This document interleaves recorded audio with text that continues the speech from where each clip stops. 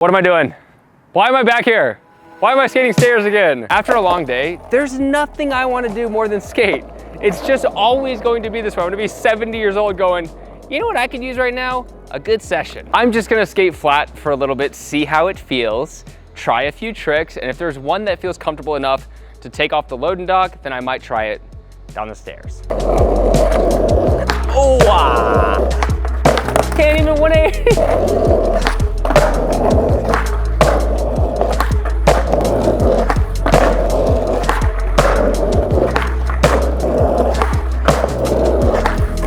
It's like, oh no, they feel good. Last time I came up with 4 tricks to do down the stair set, and now I'm like rethinking of 3 tricks. I'm really gonna go through this process again. I mean, it's fun, it's just painful. Unfortunately, they're all feeling great, but the loading dock, somebody made a huge mess.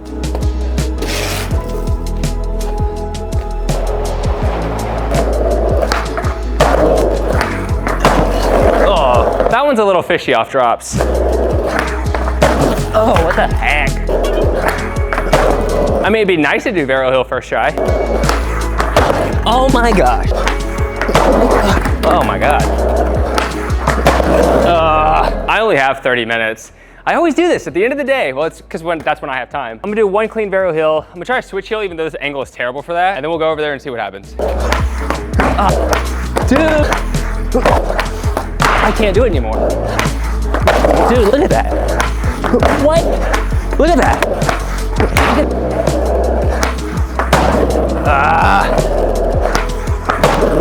There we go. Since I'm very quickly running out of daylight, I'm just gonna commit to 1 switch heel, and then I'll be good. I don't even need to land it, to be honest.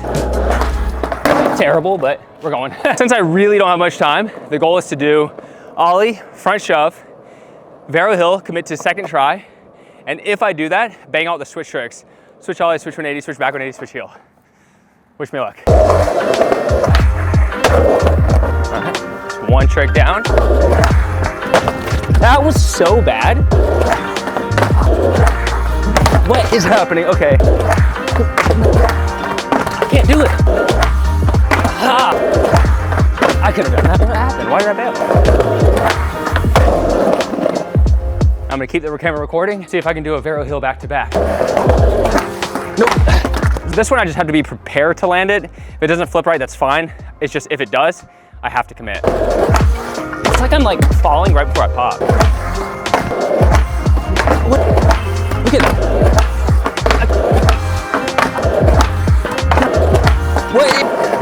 What?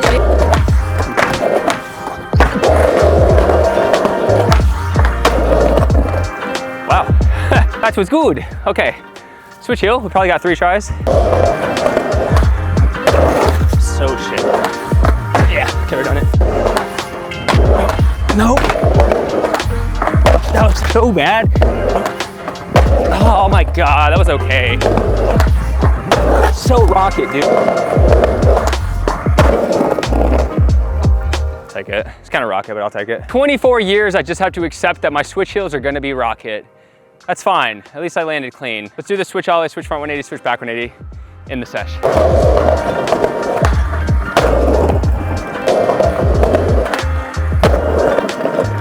Weird.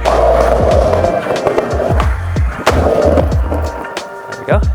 Solid session. We actually did everything I was trying to do. I was considering backside heel flip, but I didn't even do that off the drop to prepare because I figured I wouldn't have time. And that was perfect. Like we literally ended as soon as my camera's ISO was turned up way too high, and that was fun. And I had no plans on skating. Like I was literally just driving by being like, okay, I have an hour. I could work on the thing I need to work on. But again, skateboarding took over. Good exercise though. I didn't work out today. I think every time I don't work out, like I need something. I did not think I'd be skating like this still when I was a teenager. I'm 34 years old, I'm about to turn 35, and I'm skating almost now more than ever. There are gonna be times in life where you just have to get away from it for a while. You have to get a new job, you have a child, and you take a break. And during that break, you're probably gonna think, oh my gosh, I missed the days where I could skate all the time. It was fun. But it's always there. It's always waiting in the garage. You can take it out, you can go for a session pretty much anytime, whether it be in your front yard or whatever. The board is always waiting. And for me, I'm lucky enough to actually be able to make somewhat of a living doing this. So it gives me almost like a reason for the world to keep doing it, even though internally, I could skate because I want to skate. That's the point of all of it. But to convince others that it's okay that I keep doing this, you have to make like a living doing it, which I think is pretty funny. Skateboarding can be pretty brutal. When I posted about the fact that I'm still skating and that I get sore sometimes, I had a lot of people saying that they also get sore all the time still, and their body is wrecked from skateboarding in their childhood. And I would say that if you kind of keep going, keep movement, maybe getting into fitness or something that's really physical, I think you can sort of maintain for a long time. I've noticed that my lower back pain seems to primarily come from so much sitting, like all the editing that I do all the time. Like if I edit more than I skate, I think that is what's actually wrecking my lower back more, because when I'm there for like 2 hours, I'm just like, ow, my back, and I have to stand up. When I'm skating, I feel like I can go for so long unless I'm skating stairs. My lower back, this is the next day from that session, it's pretty sore, I'm not gonna lie. When you're younger, everybody thinks it's your knees that are gonna give in. My knees are actually perfectly fine, it's the lower back, but almost everyone I talk to who's my age, who doesn't even skate, has the occasional lower back issue. So it's just like a part of getting older, I think. I keep hearing this more and more, and I do think one of the most important things about getting older is making time for hobbies if you can.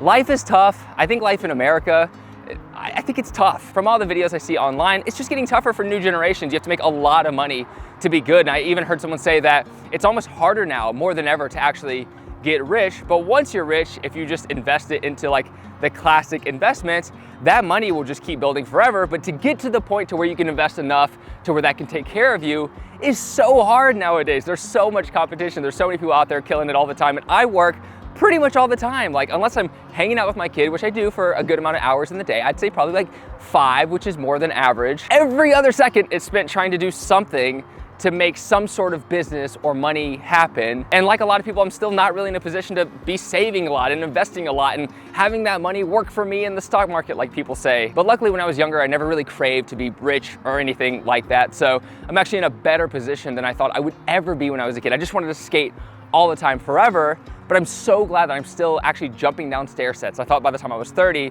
my body would be like, no, stay close to the ground.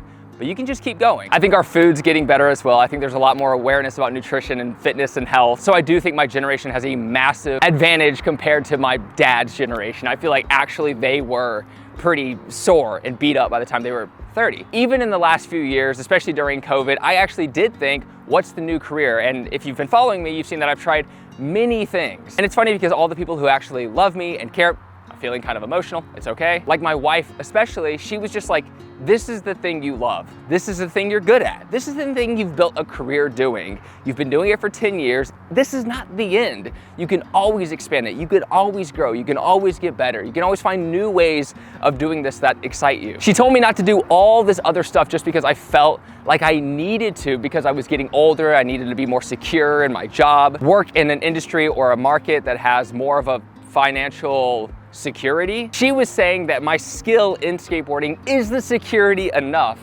and I trust her because she's smart. And so are a lot of people in my life who gave me very similar advice. I usually don't do tangents like this anymore. I try to get straight to the skating, straight to the point, but I think once in a while it's kind of fun to share a bit of my personal life, a bit of what's going on. So to wrap up, I want to mention 3 very quick things. 1, I launched a free skate course, like a free 35 exclusive videos on my website. If you want to learn how to skate, or you're just interested in watching footage about how to do certain tricks, 10 videos about things in skating, like how to fall properly, how to post on social media, all these things. I made 35 free videos on my website. You can watch it, and it's supposed to be the 6-month boot camp, but you can just learn at your own pace. That's what skating is. Number 2, I have a box set of 4 children's books that are actually about to come out. If you haven't visited my SquadBots website, it's my character, creation, art, my whole art world. I basically have these collector edition box sets of these 4 books coming out very soon. There's not really any way for you to prepare. I just want to let you know, put it in the zeitgeist out there, so you kind of are like, oh cool, John's gonna have a collectible children's book series come out in a box set. That's really interesting and random, and I'm really, really excited about it, so stay tuned for that. Number 3, I'm working on a specific beginner-friendly skateboard product. That one is a bit in the air. I'm designing it right now. If I can get it going, I think it would do very well. I think people would be really excited about it. And I'll probably be selling that through my Progress Daily website. The last thing I want to say is sometimes I get off of the YouTube videos and I think, well, I just need to be more productive other places. But I find that when I'm actually making something, actually creating like humans are supposed to do, that's when I get more energy to create other stuff. It's almost like I do need to feel like I'm overwhelming myself with tasks and goals, but in reality, it's just putting me in fluid motion to create more. So when I'm making videos and I feel like I'm spending all my time doing this, I realize, oh my gosh, I'm getting actually a lot other stuff done that I haven't been able to get done when I wasn't posting as many videos. So this has been just as great for me as I think it's been for some of the people watching. I think a lot of people are really excited about what we're doing here, and I'm glad. Hopefully I'm getting you inspired to go out and have fun, pursue your hobbies, try to maybe live a similar life if it seems interesting. The last couple of weeks have been immense amounts of gratitude towards y'all, towards my life, just towards all of this, 10 years of this. And I feel like, yeah, it's like I'm starting over again, and it's really, really fun. So thank you so much. Take care, progress daily, and be sure to check out my last video where I reviewed a $100 skate park versus a $10 million skate park, and keep killing it.